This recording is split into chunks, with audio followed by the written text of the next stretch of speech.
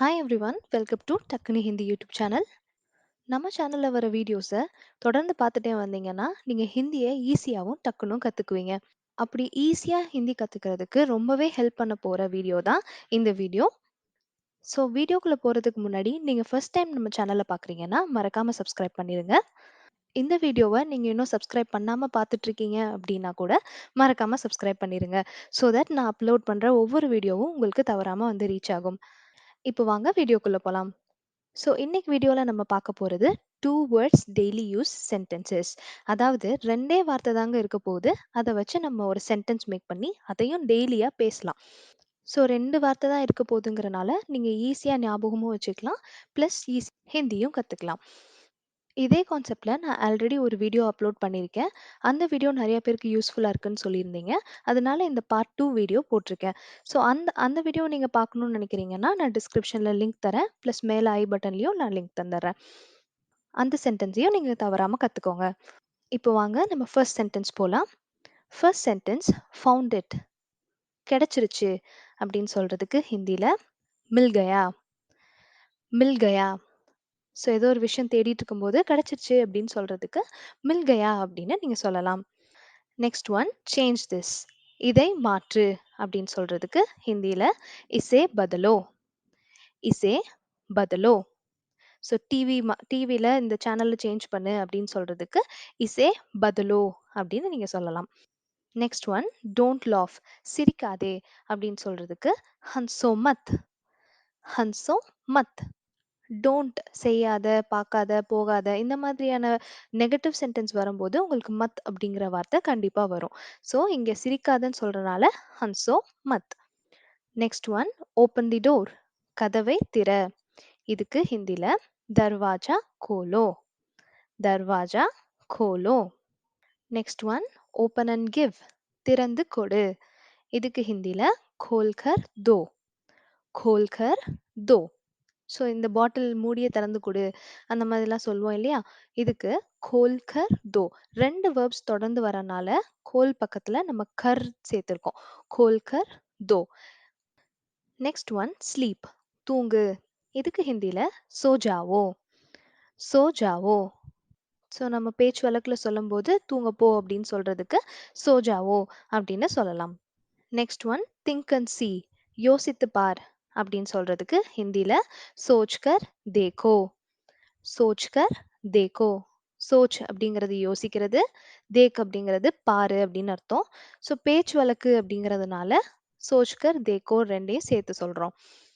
அடுத்தது think big, பெருசா யோசி. ட்ரீம் பிக் இந்த மாதிரிலாம் சொல்லுவாங்க இல்லையா, பெருசா யோசிக்கணும் நம்ம அப்படின்னு.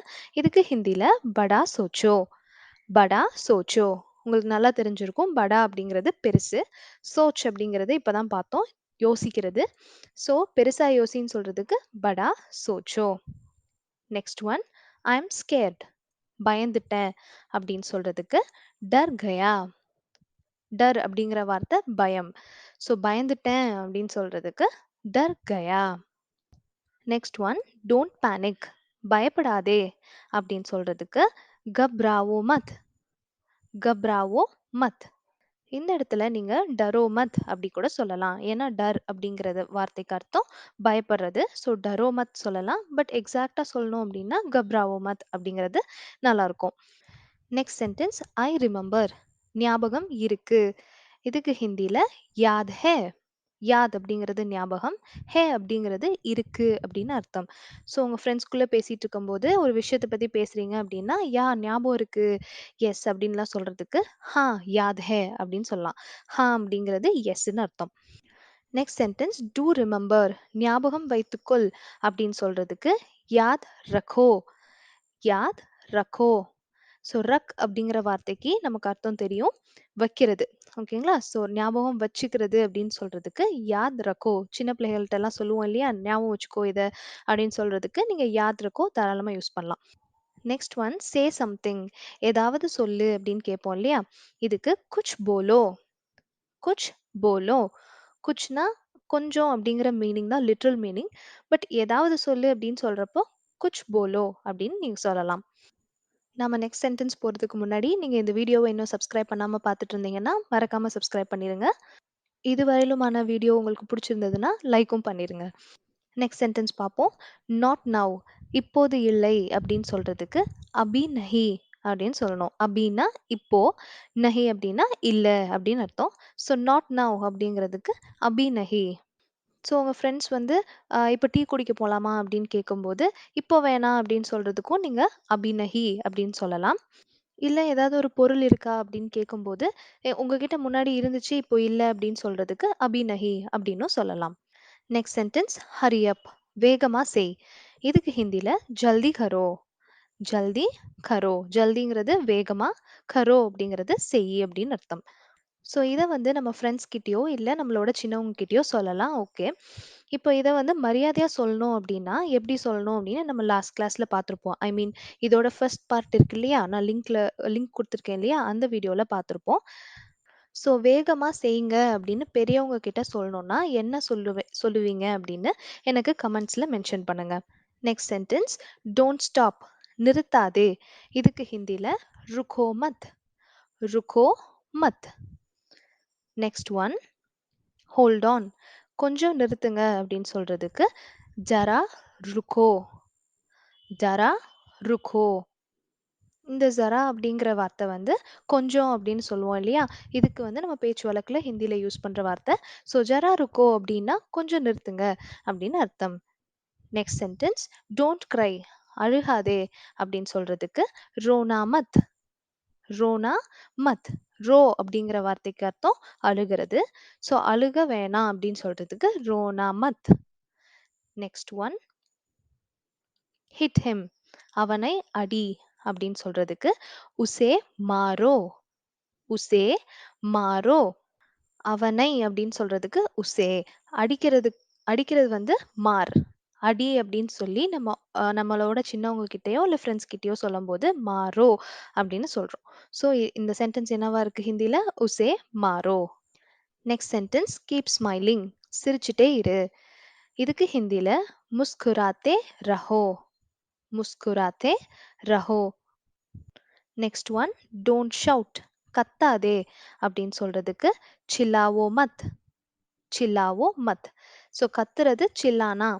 கத்துவது அப்படின்னு சொல்றோம் சில்லானா. கத்தாத அப்படின்னு சொல்றதுக்கு சில்லாவோ மத்.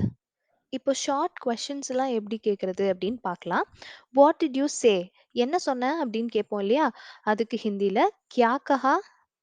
கியா கஹா அப்படின்னு கேட்டா போதும் என்ன சொன்ன அப்படின்னு கேட்கறதுக்கு அர்த்தம். அடுத்த கொஸ்டின் பாருங்க. வாட் வில் ஹேப்பன் என்ன நடக்கும் அப்படின்னு கேட்கறதுக்கு ஹிந்தில கியா ஹோகா. கியா ஹோகா. ஸோ இது வந்து ஃபியூச்சர் டென்ஸ்ல இருக்கு. என்ன ஆகும் அப்படின்னு என்ன நடக்கும் அப்படின்னு கேட்கறதுக்கு கியா ஹோகா. நம்ம இதே வந்து பார்ட் 1 வீடியோல என்ன ஆச்சு அப்படிங்கிறத வந்து படிச்சிருப்போம். வாட் ஹேப்பன்ட் அப்படிங்கிற வார்த்தை வந்து ஹிந்தில என்ன சொல்லணும்னு படிச்சிருப்போம். உங்களுக்கு சப்போஸ் தெரிஞ்சிருந்துச்சு அப்படின்னா எனக்கு கமெண்ட்ல வந்து மென்ஷன் பண்ணுங்க. Next question when will you come எப்போது வருவாய். இதுக்கு ஹிந்தில கப் ஆவோகே. ஸோ இது கூட ஃபியூச்சர் டென்ஸ் தான். எப்போ வருவ அப்படின்னு கேட்கறதுக்கு கப் ஆவோகே அப்படின்னு கேட்கலாம். Next one why did you come ஏன் வந்த அப்படின்னு சொல்லி கேட்கறதுக்கு கியோ ஆயா. கியோ ஆயா. ஸோ இதையும் நீங்க உங்க ஃப்ரெண்ட்ஸ் கிட்ட யூஸ் பண்ணலாம். நான் அதான் வர வேணாம்னு சொன்னேன்ல ஏன் வந்த அப்படிலாம் கேட்கறதுக்கு கியோ ஆயா அப்படின்னு சொல்லி கேட்கலாம். ஸோ அவ்வளோதாங்க. 2டே வார்த்தைய வச்சு நம்ம இவ்ளோ தூரம் ஹிந்தி பேசுறதுக்கு கத்துக்கிட்டோம். ஸோ இந்த சென்டென்சஸ் எல்லாத்தையும் நல்லா மனப்பாடம் பண்ணிக்கோங்க. தேவைப்படுற சிச்சுவேஷன்ல நீங்க இந்த மாதிரி சென்டென்சஸ் எல்லாம் யூஸ் பண்ணிட்டே வந்தீங்கன்னா, ஈஸியாவே ஹிந்தி பேசிறலாம். இந்த வீடியோ உங்களுக்கு யூஸ்ஃபுல்லா இருந்துச்சுன்னு நினைச்சீங்கன்னா, உங்க ஃப்ரெண்ட்ஸ்க்கும் ஷேர் பண்ணுங்க, லைக் பண்ணுங்க அண்ட் நம்ம சேனல சப்ஸ்கிரைப் பண்ண மறந்துறாதீங்க. Thank you so much for வாட்சிங்.